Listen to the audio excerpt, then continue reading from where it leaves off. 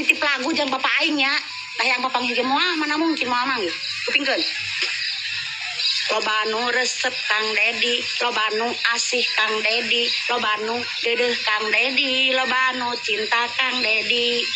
Rumasa sadaya rumasa, sa-Indonesia sadaya mika cinta.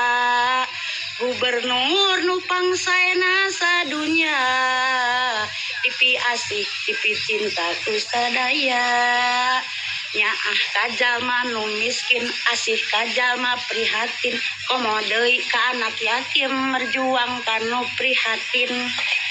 Karasa ku sadaya karasa, kanyaahna kawargana teh merata. Tengah beda-beda teu pilih kasih, alhamdulillah urang teu salah milih.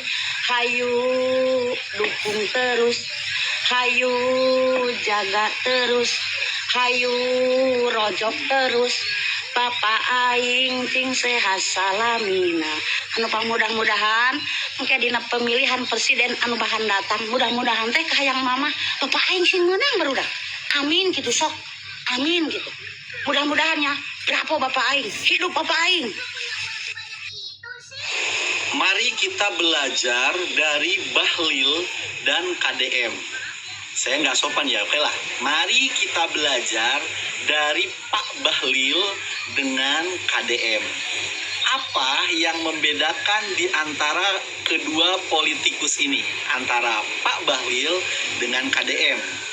Yang membedakan antara KDM dan Pak Bahlil itu adalah kalau KDM itu sudah menggunakan papan catur yang terbaru untuk dia memainkan bidak-bidak caturnya. Sedangkan Pak Bahlil masih menggunakan papan catur yang lama, yang kuno untuk menjalankan bidak-bidak caturnya ataupun menjalankan strategi politiknya. Nah, bagaimana Bang kok pakai bahasa metafora begitu? Oke, akan saya jelaskan. Jadi papan catur yang terbaru itu apa, ya kan? Dan papan catur yang lama itu apa? Kan begitu tuh. Papan catur yang terbaru itu adalah media, ya kan? Sedang media sosial, gitu ya. Sedangkan papan catur yang lama itu adalah baliho, kan begitu tuh. Iklan di televisi, kemudian bagi-bagi sembako, yang begitu-begitu. Itu papan catur lama, gitu. Nah, kelemahan dari Pak Bahlil itu dia masih menggunakan papan catur yang lama. Maka dampaknya yang dia rasakan sekarang. Ayo, di sini siapa nih yang kemarin-kemarin ngehujat, ngebully buat memeknya Pak Bahlil? Ya kan, pasti di antara kalian ada tuh yang begitu. Atau minimal kalian tetap ketawa ketiwi lah lihat meme-nya Pak Bahlil. Dibully, dibuat meme yang lucu-lucu, ya enggak? Tapi sekarang nama Pak Bahlil itu mulai mencuat lagi tuh semenjak podcast dengan si Dery. Begitu loh. Sekarang lagi dipuja-puji nih Pak Bahlil. Kenapa? Ternyata selama ini serangan-serangan terhadap Pak Bahlil dari mulai meme, pokoknya dijatuhkan, dibully, dirasisin. Itu kerjaannya para mafia, para oligark. Justru sekarang terbuka fakta baru gitu kan. Ternyata Pak Bahlil lah yang sedang memperjuangkan aset-aset negara dari pencurian para oligarki ini, para mafia ini. Begitu kan? Nah, kalau kalian belum paham, coba dah tonton itu di podcastnya si Dery kasih solusi kalau nggak salah dengan Pak Bahlil.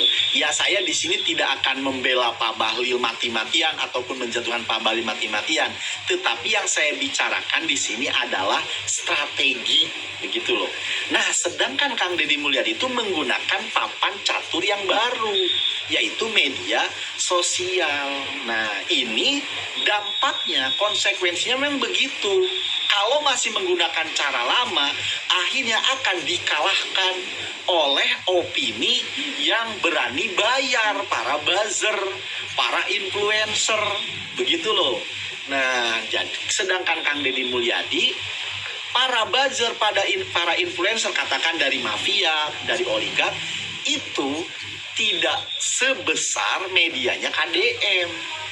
Maka sebelum serangan itu dilakukan, sudah melempem duluan, udah padam duluan. Itulah bedanya ketika menggunakan papan catur yang baru, yaitu media sosial. Nah, makanya kan tuh lihat, Pak Bahlil itulah contohnya. Gimana dia mau menyuarakan, dia kan, dengan konsep-konsepnya dia menjaga aset-aset negara dan lain sebagainya. Kalau serangannya jauh lebih masif, akhirnya kalah. Ya udah, terima aja. Mau lewat baliho, mau lewat iklan TV, udah nggak musim. Sedangkan Kang Deddy Mulyadi melakukan papan catur yang betul efektif. Jadi sebenarnya orang-orang yang menyerang Kang Deddy Mulyadi itu mereka itu sebenarnya sedang kalah dalam pertempuran, begitu loh. Dia masih menggunakan cara lama gitu. Nah, itulah yang membedakannya. Nah, kita juga belajar nih dari katakan Iran, kasusnya Iran lah, begitu loh ya.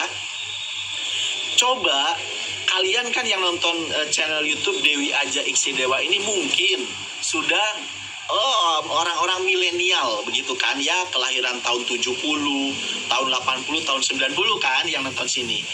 Nah, di antara kalian mungkin banyak yang tahu apa itu Syiah. Ya kan? Di antara kalian mungkin banyak lah yang paham apa itu Syiah, dan cenderung konotasinya itu negatif terhadap Syiah. Bener gak? Kalian yang beragama Muslim. Bersedih karena panas cinta menusuk jantungku. Namun coba kalian tanyakan apa itu Syiah pada Gen Z, pada yang kelahiran tahun ya katakan 2000 ke atas. Rata-rata kebanyakan mereka nih mayoritas nggak tahu gitu loh. Ya paling cuma denger-denger aja Syiah gitu aja. Lain dengan generasi milenial. Itu sampai ya katakan ada juga loh yang sampai benci banget dengan Syiah begitu loh, dianggap sesat dan lain sebagainya. Nah, ini menggambarkan bagaimana papan catur itu berubah gitu loh. Papan catur lama dengan papan catur baru. Papan catur lama itu ketika memberikan satu propaganda, opini, itu hanya terfokus kepada media seperti media mainstream seperti televisi, koran, majalah, kan begitu. Yang mana itu dulu berpusat kepada media-media barat. Begitu kan? Dikuasain oleh barat, termasuk di dalamnya oleh Amerika. Begitu loh. Makanya strategi propaganda Syiah itu berhasil di Indonesia benar-benar sukses begitu loh. Tujuannya sebenarnya bukan supaya kalian benci Syiahnya, ya kan? Tetapi ada yang lebih besar agendanya, supaya kalian itu benci dengan rezimnya Iran. Kan begitu tuh. Karena rezimnya Iran yang Republik Islam Iran itu kan semenjak tahun 79 itu sudah berbalik arah. Yang dulunya aneksasi Barat, aneksasi Amerika, malah berbalik arah menjadi pembenci Amerika. Itu tujuan utamanya sih sebenarnya. Begitu loh. Tapi propaganda itu kan harus dijalankan secara halus biar nggak terdeteksi. Begitu loh. Itu berhasil loh kepada generasi milenial, tapi kepada Gen Z enggak. Kenapa kepada Gen Z enggak? Karena sekarang papan catur berubah. Tidak lagi propaganda, opini, narasi itu berfokus kepada satu media mainstream aja. Hadirlah media sosial yang lebih liberal, yang lebih terbuka. Gitu loh, tidak bisa terkontrol oleh satu pihak saja. Kan begitu. Sehingga berimbang kan sekarang pemberitaan tentang Iran, katakan begitu loh. Ada yang pro, ada yang kontra. Karena ketika Barat, misalkan di kejadian demo kemarin aja tuh, di demo Iran, kan begitu, yang anarkis. Itu kan media Barat, ya kan, media Barat yang ya digawangi oleh Amerika lah begitu. Itu terus menghajar, membuatkan satu propaganda bahwasanya ini terjadi penjunuhan massal dan lain sebagainya, jelek-jelekin lah ibaratnya gitu. Tapi ditangkis dengan media sosial, kan begitu tuh. Diungkap juga fakta ketika para pendemo itu membakar masjid, membakar kitab suci, kemudian membakar makam-makam para ulamanya, kan begitu. Akhirnya berimbang, begitu. Disitulah perang propaganda itu di situ. Nah, makanya itu sebagai bukti sebenarnya bahwasanya sekarang papan catur itu sudah berubah, begitu loh. Nah, ini yang tidak disadari oleh para politikus lain, termasuk di dalamnya Bahlil. Pak Bahlil Lahadalia ini, dia masih menggunakan papan catur lama. Ini berbahaya, gitu loh. Harus menggunakan papan catur yang baru, karena memang medan pertempurannya juga medan pertempuran baru. Maka nggak heran kan perbandingannya antara KDM dengan Bahlil Lahadalia ini, begitu kan? Sama-sama misalkan, anggaplah ya, punya niatan baik. Pak Bahlil punya niatan baik, Pak KDM punya niatan baik, tetapi salah membungkusnya, salah strateginya, fatal akibatnya. Kalah gitu loh, niatan baik ini kalah dengan propaganda ini. Kan begitu, itu yang terjadi kepada Pak Bahlil. Lain dengan KDM, begitu loh. Ini bener-bener serat.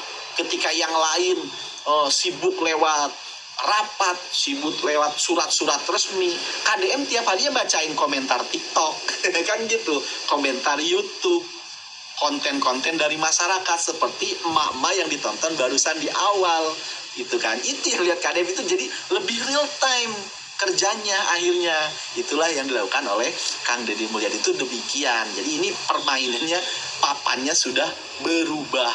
Itulah ya, makanya ketika ada pejabat lain, gubernur konten, dia sebenarnya sedang merasa dirinya tuh kalah dalam permainan ini, gitu loh. Dia tidak bisa menguasai papan catur yang baru ini, kan begitu ya.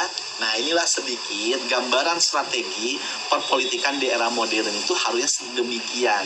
Emang kadang-kadang kita juga heran ya sama KDM ini. Di sisi lain, cara berpikirnya itu berpikir leluhur Nusantara, tapi pada prakteknya modern banget begitu loh, kekinian banget gitu lah. Nah ini nih strategi yang jalankan Deddy Mulyadi itu yang tidak dimiliki tuh, jeniusnya tuh di situ gitu. Di sisi lain dia kuno ya kan, Nusantara, leluhur Nusantara, Sunda gitu kan, Prabu Siliwangi, tapi di sisi lain dia modern banget, Gen Z banget. Nah ini nih harusnya pembelajaran buat pejabat-pejabat lain kalau ingin menguasai perpolitikan di era modern.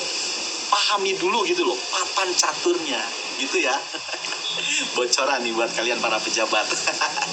Terima kasih karena sudah menyimak, semoga bermanfaat.